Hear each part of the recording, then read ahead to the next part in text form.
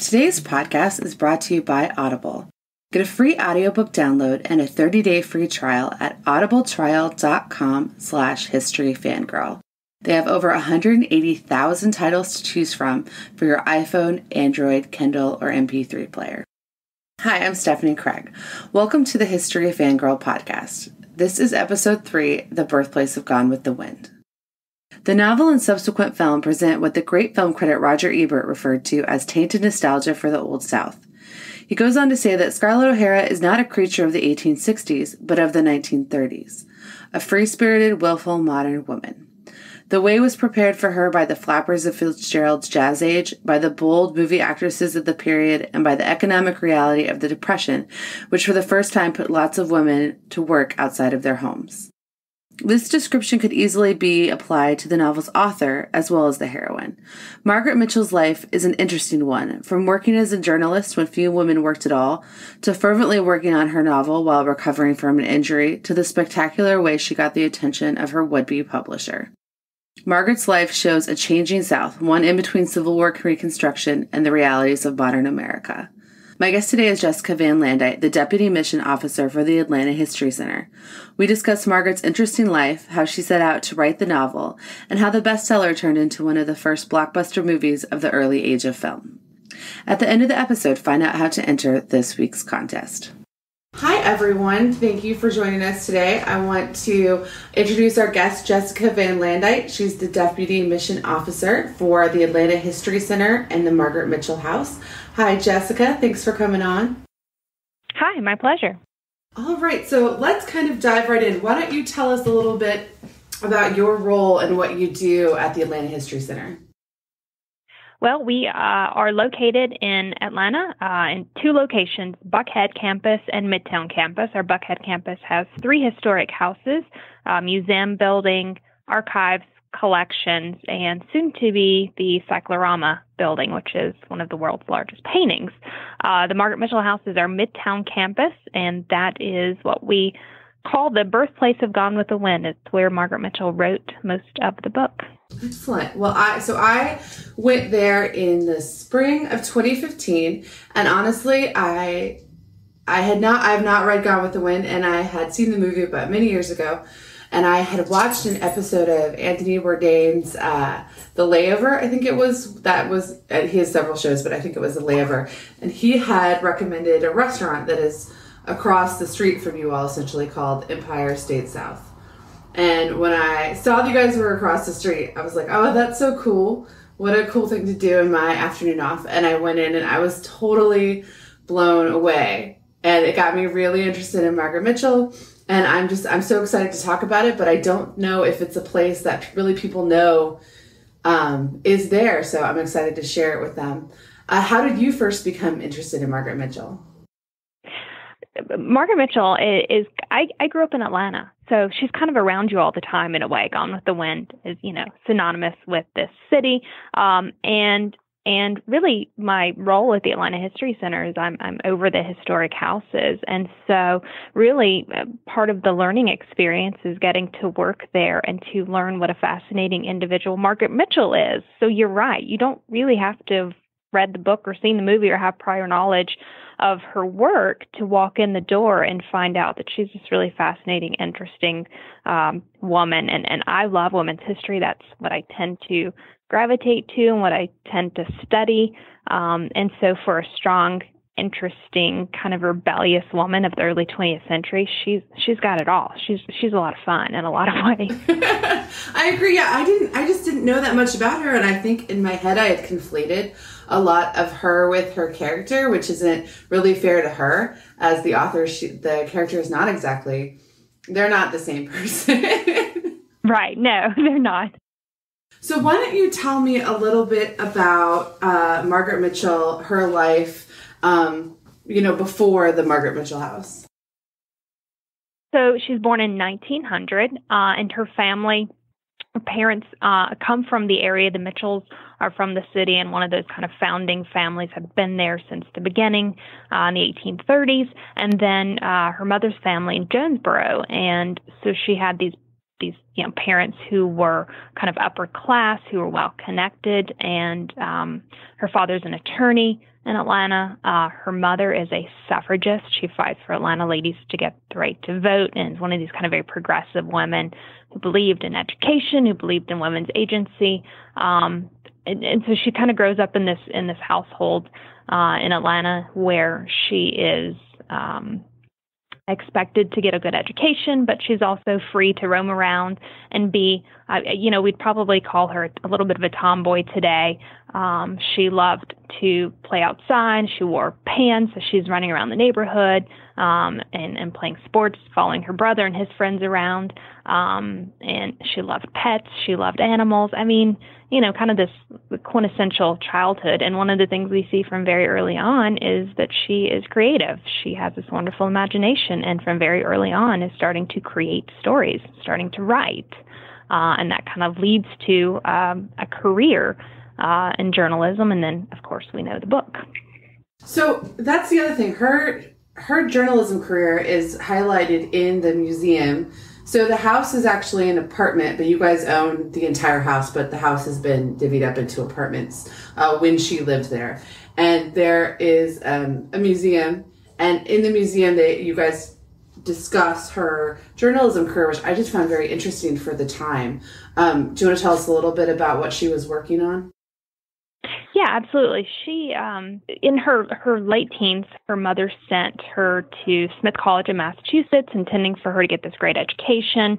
But Margaret only finished her freshman year. That first year of college, both her fiance and her mother died. And so she ended up coming back home. And this is kind of that point where we all love to talk about her, because you see that little bit of rebelliousness.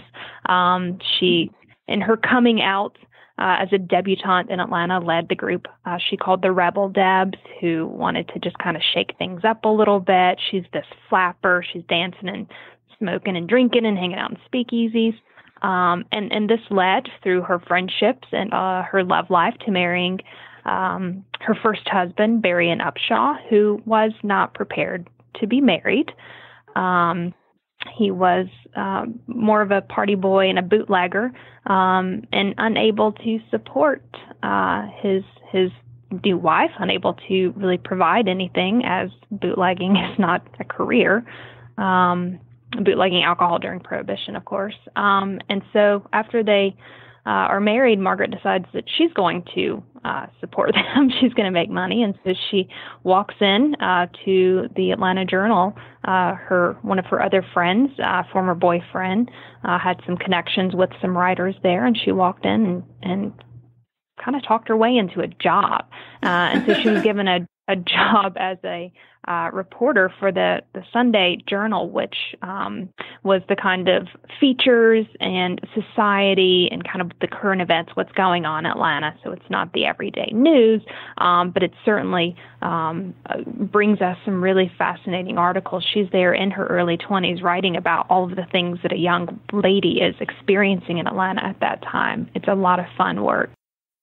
And so from this point up until she moves into she's not living yet in the house that is the official Margaret Mitchell house at this point, correct? Correct. She and her first husband divorced.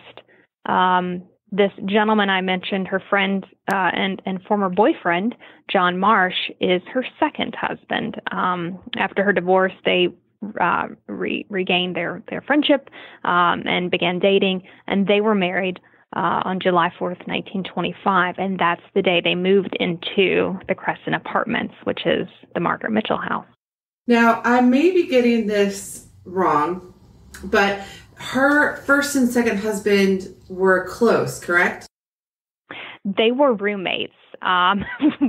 So this is one of the things we love about Margaret is she's going by Peggy at this point, which is a nickname for Margaret to her friends. And so Peggy is very popular in Atlanta society. She is very funny, very charismatic, smart, great storyteller, and she's very pretty. She's 4'11". She's petite and adorable, and so she's very popular with Atlanta's young men.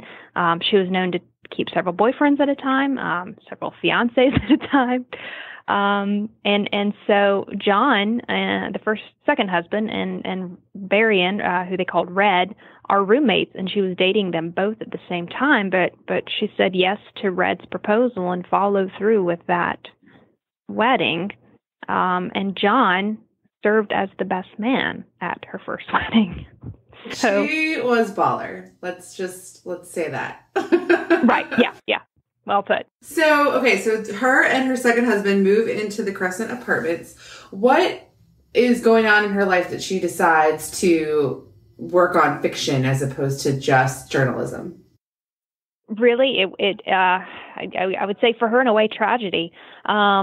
She loved reporting. She was very ambitious, and she was starting to write these really great news stories, trying to get in to more hard-hitting news, and really loving what she was doing. But she had a car accident that left her with an ankle injury, a broken ankle, injuries so severe, a big cast on her foot. The doctor says, you have to stay home and let this thing heal. And that means for her quitting her job. She's at home every day and quite depressed about this because she's lost this thing that she really loved. Her husband, John, is working to try to keep them in this apartment. And so it's really just something to pass the time. If we were sitting home today, we'd probably be playing on our phones or watching Netflix. For Margaret Mitchell, it's reading books and then eventually starting to write a book. I wonder how many books aren't going to be written because Candy Crush exists. Yeah, see, we're missing out, right? So she's writing this to pass the time, and if you're in the apartment, the space that they were living in was pretty small. It's what is it, like a railroad that's called like a railroad apartment, and it's like a living room, a bedroom, and a kitchen. Yeah, this is a home that was built in 1899 that's been broken into 10 different apartments. So all of these spaces in the home have been separated, and she's living in what was originally the basement level of the home. So she called it the dump. She told people, this is the dump. I'm living here. The house was 25, 26 years old when she moved in. It said the landlord didn't keep up with things, so they were kind of getting a little bit shabby. And for her, having grown up in a nice, big, beautiful home on Peachtree Street, it probably was a little bit dumpy. So yeah, it's a very small, very tight little place. It's beautiful. It's one of those places where it seems really beautiful to me growing up in the era of IKEA, and but I can imagine, if there's pictures also of of where she grew up, and it is definitely smaller than that. Yeah. But this is what we try to talk about. Is that this is what newlyweds often do, right? They move into a place they can just barely afford while they're working, and they're hoping for something better down the road. So that's just what this is. So she's in her apartment. She really is never leaving. She's writing Gone with the Wind. What else is going on in her life at this time? Well, really, she's spending most of her time writing the book and doing things that have to do with writing the book. So when after a time, she's really kind of begins writing in 1926 or so, and she's kind of getting up and writing every day, whatever she feels like writing. She's also spending time at the Atlanta Library researching the book, the stories in the book. She is writing. The book is set in the Civil War and Reconstruction period in the South, and so she's looking through the history books of the time, making sure that the places and the battles and the descriptions of what's happening are accurate. So it's a lot of kind of work related to what's this project. And how did it go from writing project to bestseller? Well, in thinking about this, again, it's not something she originally intended for publishing. This was something to pass the time, to keep her mind engaged. And she actually tried to hide the manuscript from people. She would organize everything in manila envelopes and then hide the envelopes in other rooms and behind things so that her visitors didn't try to, I guess, be a little bit nosy and peek at what she was reading. And that's kind of related to some self-esteem issues around having people read your work and it not being finished, and she didn't want people in her life to think that they were her characters. So as much as she is trying to hide it, it's not something you can hide. Yeah. You've gotten stacks of manuscript, and people are starting to figure out kind of that she's got something going on. And one of her very good friends, Lois Cole, worked for a publisher. She worked for Macmillan and kind of suggested to Harold Latham, who is the Macmillan agent who's coming to Atlanta on a scouting trip looking for new work, that maybe you should talk to Margaret Mitchell. She says something along the lines of, if she writes the way she talks, it's going to be great. So she's introduced to this book publisher. What was the process from there? Did they just accept it and see it as, a big hit, or did it struggle? What happened there? Well, in the initial meeting, she was invited to a luncheon with her kind of competitors. He's meeting all of these folks, these other writers he's scouting, right? So he's looking for new work. And she denied everything to him at first. And then it was this car ride home with her friends who are also her competitors, who kind of start giving her a hard time about why she was invited, saying stuff like, "We're not sure why you're here. You're not serious enough to write a book." And for that, I think in the South, we'd call that fighting words. It was a challenge. She went in and grabbed the manuscript and took it to Harold Latham and at the Georgian Terrace Hotel, and he had to buy extra suitcases because he said when he got off the elevator, there she was standing with the manuscript stacked about as high as she was at 4'11".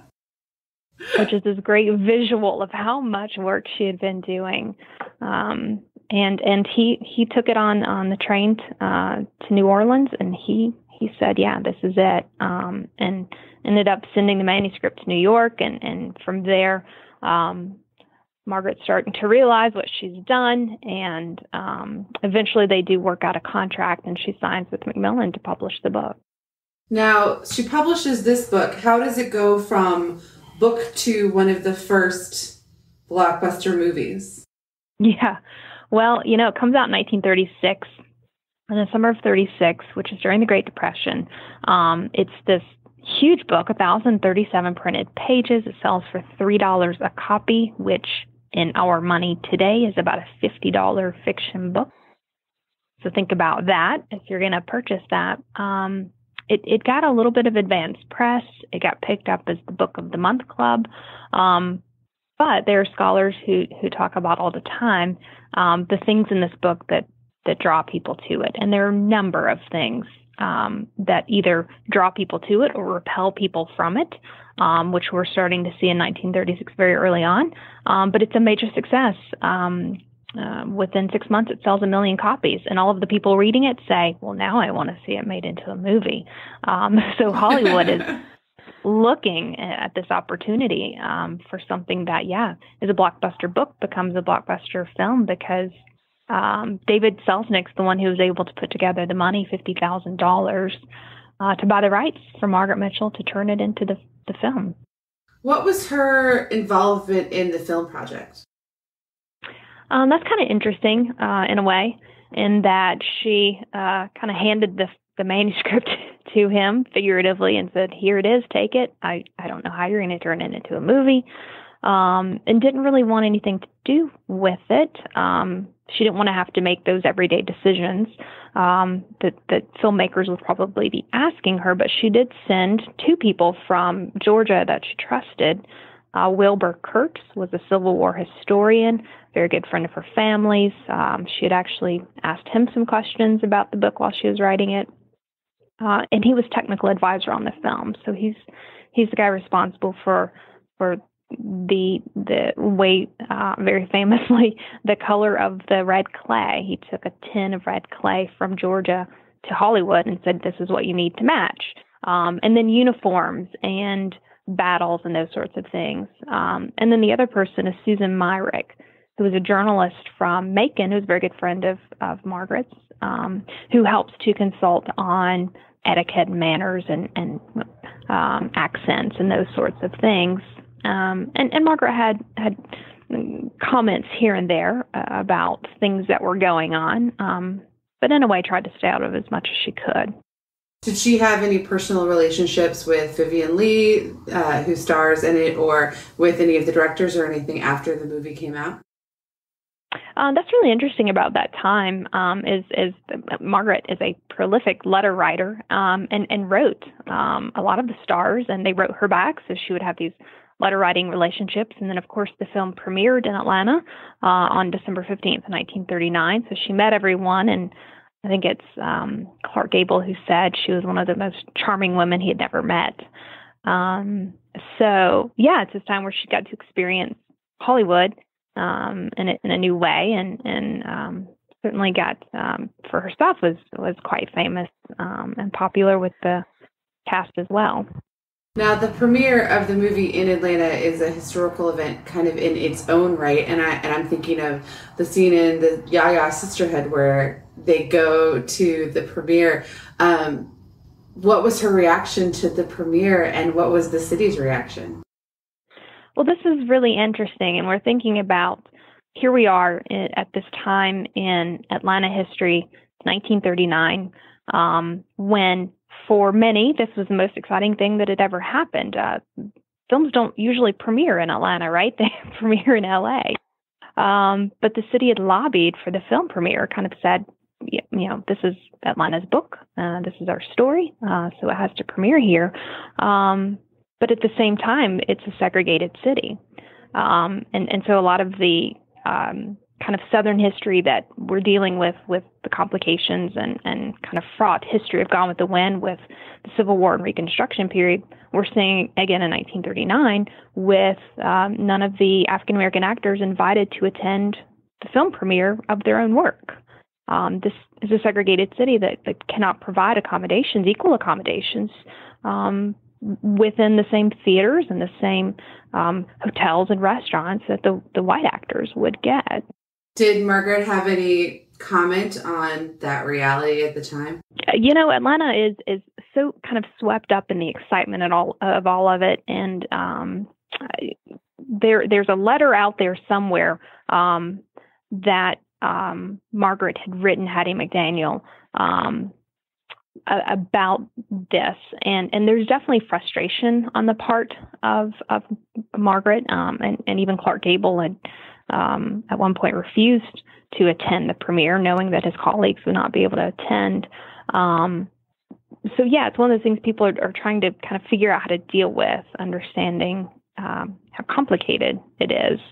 And of course, you've got on the one side all of white Atlanta being very excited that this is happening, and then you're seeing from the Atlanta Daily World, which is the African-American newspaper, all of the frustration that's happening surrounding all of this.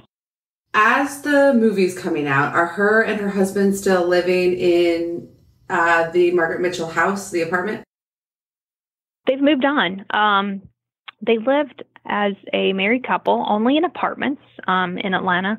They first lived in the Crescent Apartments, and they moved to the Russell Apartments, which is a little bit bigger and more spacious. And then their final apartment was the Delamanta. And that building is still standing as well. It's a private condominium building now in a beautiful neighborhood, which had several bedrooms and much more space.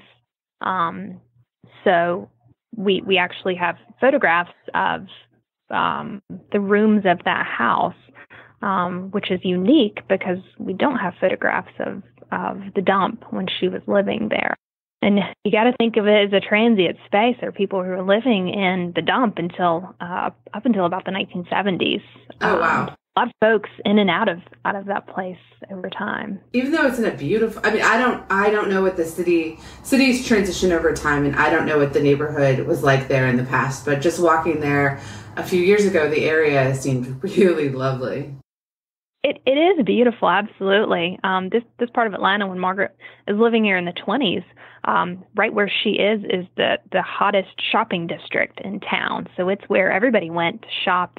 There, in addition to nice retailers, there are groceries and delis. This is kind of the heart of this part of the city. And then over time, there's a little bit of decline. In the 60s, this area was the heart of Atlanta's counterculture. So these kind of self-proclaimed hippies and really fascinating kind of bits of counterculture are happening. And then once again, we kind of transition back to it being, again, this kind of commercial and retail and residential part of Atlanta that you say is so beautiful. Yeah. It's really lovely. If you're listening to this as a precursor to visiting Atlanta, go when the weather is nice and it is a beautiful part of town. Did the book and the movie make her money? How did that affect her? Did it change? How did her life change because of these projects? Really, it's not the money that changed her life so much as it was the fame. She went overnight from being just another Atlantan to the most famous Atlantan, and in a lot of cases, one of the most famous people in the country. And fame is hard to deal with, particularly when you're not used to it. The attention, the person who worked for the Marshes, John and Margaret, from just about their marriage until their passing, is Bessie Jordan. She's an African-American woman who worked really as their maid and caretaker all of this time. And so it's kind of interesting to look at her accounts of what Margaret's going through at this time. But she talks about the phone ringing every few minutes, and there are people lined up at the door, and these letters are pouring in. And Margaret, I said, is a prolific letter writer. It is said she answered every piece of fan mail she ever got. Wow. So... And it's kind of funny when people are asking her, kind of the two big questions is, what happens at the end of the book? Is there a sequel? Because now we have to know what happens the next day. And when are you writing that book? And in her letters, a lot of times her answer is, well, I can't write a new book because I'm too busy dealing with this one, writing letters and answering you, and all of the fame that's kind of now in her life. So it was uncomfortable for her, and in a lot of ways hard for her to deal with. But that's not to say she shied away from Atlanta life at all. In fact, in the 1940s, she becomes this really great philanthropist for the city. And so when we're seeing her change with her money, it's that, and a lot of times her money is going to support whether it's efforts of relief during World War II, or indigent care in Atlanta. It's quite unique what she does. What happened towards the end of her life? Because she died kind of young, if I remember correctly. Very young. She died at age 48. And this is, 1939, in the summer of 1939, is just about a decade after the film has come out. So she's, like I said, in the 40s, spent a lot of her time as a philanthropist, and it's really just kind of this casual evening that her and her husband are going to the movie theater to see Canterbury Tales, and they were walking across the street, Peachtree Street. She was hit by a car, and she died 5 days later from those injuries. Was anybody else injured in that accident?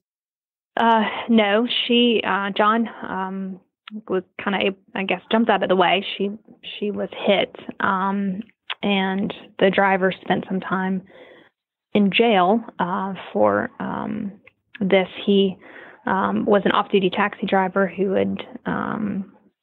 was kind of rushing home, he said, to a sick child, had admitted to having a beer earlier in the day. Margaret was jaywalking across the street, so it's one of those real tragedies. So after she passed away, what was her immediate legacy in the city? Well, she's beloved by the city in a number of ways, and of course there's this mourning, and this mourning is nationwide. When she passed away from these injuries, the mayor of Atlanta, the governor of Georgia, and the president of the United States were all called and informed. of her passing.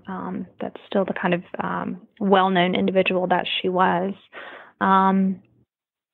The estate, I'll just say, too, that her husband John died in 1952, just a few years after she did, had a fatal heart attack.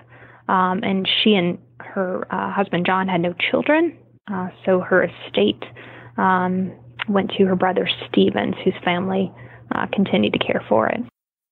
Did they also take the rights to the book? Correct, yes. They did, and they've extended the rights, I think it was another decade or two. I can't remember exactly now. So after she passed away, she hadn't lived at the house that is now the Margaret Mitchell house in a while, and she really wasn't there that long. How did it become a historical location that went on to be preserved? This is a great story and interesting kind of to Atlanta's preservation movement as well. Is this house was acquired by developers, or the land in the house were acquired by developers in the 1980s. And a couple of Atlantans said, "Whoa, do you know what this is?" It's this kind of run down. The house was in terrible shape, but it being the place where Margaret wrote most of Gone with the Wind, people said, "Hey, we should do something about this." And the house was given landmark designation here in the city as part of the preservation movement. And then a lady named Mary Rose Taylor led the fight to raise money to save the house, to have it restored, and eventually open it as a museum.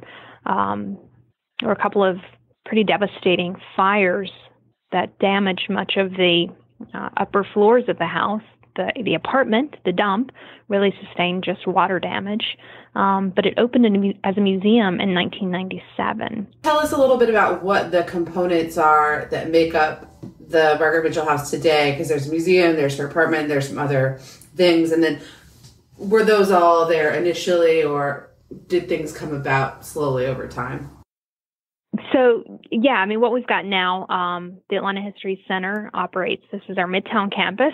So much of what we do revolves around the story of Margaret Mitchell's life there, and, of course, the book and legacy of the book. So we have got 3 exhibitions right now that talk about these various, her life and the film and the film premiere, in addition to the apartment, which we offer guided tours of and kind of tell the story of how this book came to be. We've got an exhibition space that kind of we showcase rotating exhibitions based on really whatever's going on. We participate in a number of community events. We've got some new programs going on highlighting the house and this neighborhood, Midtown Atlanta. So it's really kind of evolved into this place where we are engaging both tourists and the people of Atlanta, the people of Midtown in this site. So we're lucky to have a nice campus there to be able to have a variety of offerings, and including a very robust fiction writers lecture series where we premiere some of the really great fiction writers of our time, and that's just continuing the legacy of Mary Rose Taylor and the original group who wanted to showcase not only Margaret Mitchell's talent, but really kind of writing talent in the South and around the country. Now that you mentioned that, I think when I was on the website contacting you, I noticed that the author of Hillbilly Elegy was doing an event there, and I was like, man, I wish, right now I'm in Europe, I really wish that I could have attended that. That sounds amazing. So it's cool that that's an ongoing series, and is information typically available about that for people on your website?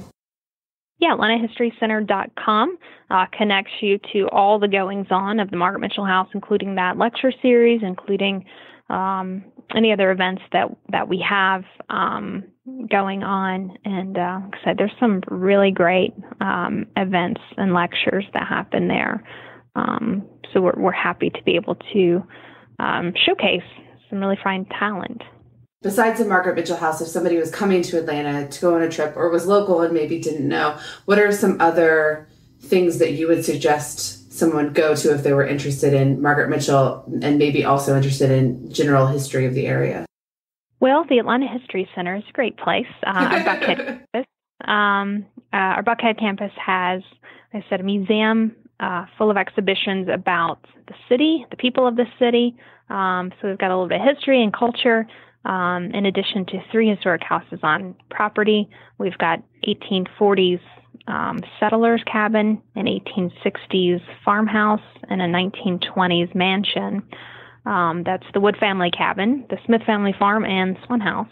And we have 22 acres of gardens. So you could spend about a day just at our Buckhead campus, spend several hours at our Midtown campus at Margaret Mitchell House.